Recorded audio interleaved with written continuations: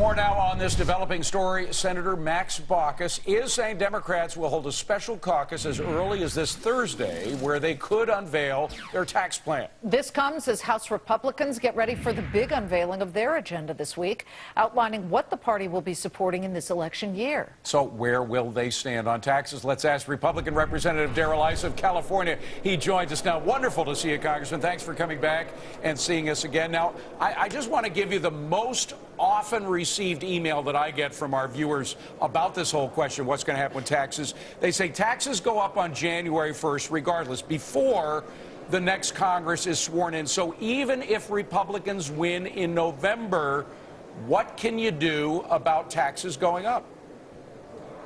We can't do anything about taxes going up unless we cut government spending. Ultimately, you're right. If nothing is done, if the president does not sign a tax cut, there will be a tax increase across the board for people from the very bottom to the very top. But, you know, what Democrats keep missing is they think by giving a tax cut or holding down taxes to, let's just say, 98% of Americans, that somehow that's going to appease people in November. People in November understand spending is what's making it impossible not to have higher taxes. And higher taxes are inevitable unless we cut spending. I want to maintain taxes where they are because we're in a recession. But ultimately, if we want to retain those permanently, we're going to have to lower spending. Congressman, this we can't talk about unless we also talk about jobs, and that's what everybody was waiting for, job creation.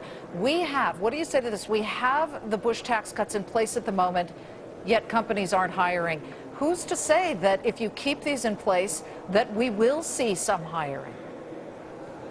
Well, you know, the amazing thing is if you simply put more money in the hands of government, you know what you'll get, more government. But I think it's a fair point. In 2006, when Republicans lost the House and the Senate, where was the economy? It was much better than it is today. Republicans have been out of power since January 2007, and what's happened is business has seen uncertainty. They've seen attacks that are very much aimed toward anyone who creates jobs or tries to create jobs, and that's part of our problem. Low taxes alone will not create jobs.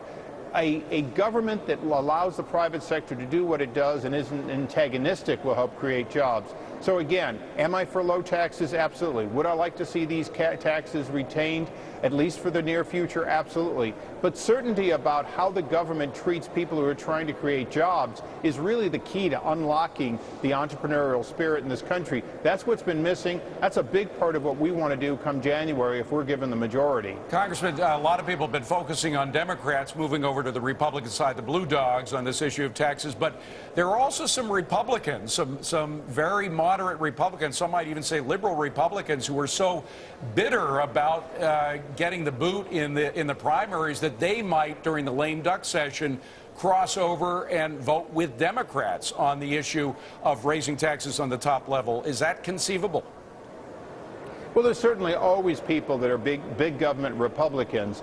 But right now, as you can see, and whether people call it Tea Party or something else, the American people are tired of big government Republicans and big government Democrats, and they're making a change. They're asking the so-called Blue Dogs to really be Blue Dogs and not lapdogs for Nancy Pelosi. That's what we're trying to encourage them to do. And we have about 30 of the Blue Dogs who are saying they want to keep the taxes low and they want to attack spending. That's what Republicans want to do, are hoping to get back into power to do, and to work with the remaining Blue Dogs to do exactly that, to start reining in the trillions of dollars of excess spending so we can all have lower taxes. Representative Issa, Republican from California. So nice of you to stop by the show. Thank you very much. Good to see you. Thanks, Liz.